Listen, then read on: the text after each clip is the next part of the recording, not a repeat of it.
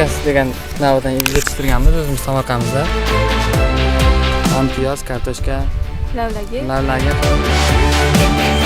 Eng ko'p iste'mol qiladigan ekin turi hisoblanadi. 10-15 million daromad kutib turibmiz, xudo xolasa.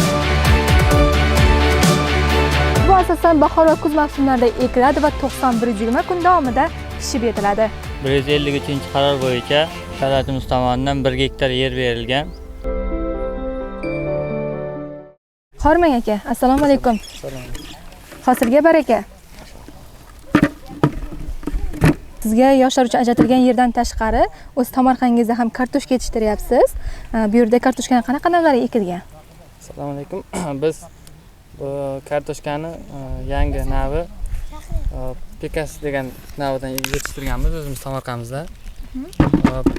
Mana shu ko'rib turganingiz 20 sotix yerimizga kartoshkani yetishtiryapmiz. Ichki bozorlarda o'rnini, o'zini mahsulotimizni yetishtirib, xalqimizga yanada bir yangi yetishtirilgan kartoshkani yetkazib berish. Buni asosan ekkanimizdan keyin mahalliy o'g'itlardan beramiz. Azot, ammofoz kabi mahalliy o'g'itlardan berib, mana shu yetishtirish maqsadida har xil palaklarga suspensiylar qilamiz. Mahalliy o'g'itlardan ko'proq beramiz. Kartoshka qishloq xo'jaligidagi eng asosiy ekin turlaridan biri hisoblanadi va aholi eng ko'p iste'mol qiladigan ekin turi hisoblanadi. Necha sotix dedingiz? 20 sotixga yetishtirganmiz. 20 sotixga yetishtirgansiz. Bular qachon endi bozorga chiqadi? Bular asosan o'zi may oyida yetishtirib, aholimizga mana iste'mol uchun yetishtirishimiz kerak. Bizda xudo xolasa yana bir 10 kunligi qoldi. Bir sug'ordik, xudo xolasa 10 kunlarda tayyor bo'ladi. Qishloq xo'jaligi mahsulotlarini yetishtirib, mana shu xalqimizga beramiz.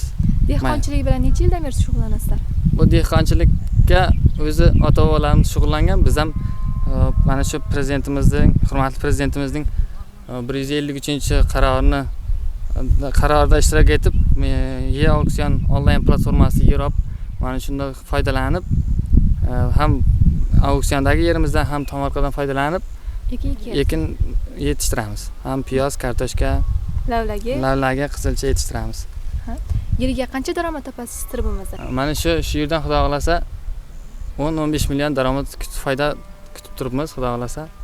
Mana ko'rib turibsiz barcha mana hosillarimizni. Bu yerga almashlab ekish orqali boshqa ekinlarni ham eksangiz bo'ladi. Kartoshkadan keyin nima ekamiz? Kartoshkadan keyin takror ekin sifatida qovun eksak bo'ladi, ko'kcha qovun. Yana makka eksak bo'ladi.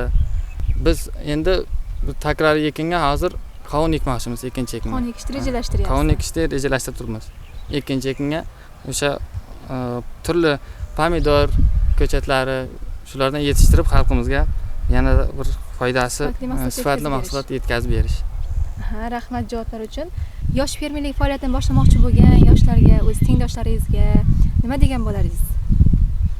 Tengdoshlarimga mana shu hurmatli prezidentimizning yoshlarga berayotgan imkoniyatlardan foydalanib, mana shu E-auksion onlayn platformasida ishtirok etib, o'zlariga mana shunday dehqonchilik mahsulotlarini yetishtirishni o'z daromadiga ega bo'lishini tavsiya beraman. Fermerlik faoliyatini qo'rqmasdan boshlasa bo'ladi. Albatta.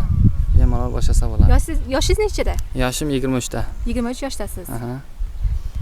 Kelajakdagi maqsadlar, niyatlar qanaqa? Kelajakdagi maqsadlarimiz yana auksionlardan yer yutib, mana shunday dehqonchilik ishlarini olib borish. Ko'proq ishlarni olib, yuqori daromad ko'rish albatta. Rahmat. Lavlagi qishloq xo'jaligida keng ekiladigan foydali va serhosil ekin turlaridan biri hisoblanadi. Bu asosan bahor va kuz mavsumlarida ekiladi va 90-120 kun davomida pishib yetiladi. Biz ayni vaqtda yoshlar uchun ajratilgan ekin maydonidamiz. Bu yerga lavlagi va piyoz ekinlari ekilgan, to'g'rimi? To'g'ri. 153-qaror bo'yicha davlatimiz tomonidan 1 gektar yer berilgan. Shu yerga biz lavlagi ekkanmiz. Bular endi qachon pishib yetiladi? Qachon sotamiz bularni? Bularga hali bor. 2 haftacha bor pishishiga. 2 haftadan keyin pishadi. Qayerlarda sotishni rejalashtiryapsiz? Qayerga yetkazib berishni? Yetilgandan keyin ichki bozorlarga chiqarib sotamiz odamlarga. Asosan o'zingiz yetishtirasizlarmi yoki ishchi ham olganmisizlar? O'zimiz asosan o'zimiz yetishtiramiz asosan. Oilaviy yetishtiramiz. Oilaviy. Bu lavlagi ekin maydonidan qancha daromad olishni rejalashtiryapsiz? 40-45 million daromad olishni rejalashtiryapmiz. Biz ekinga baraka tilagan holda keyingi manzilimizga ketamiz. Sizlarga baraka. Rahmat.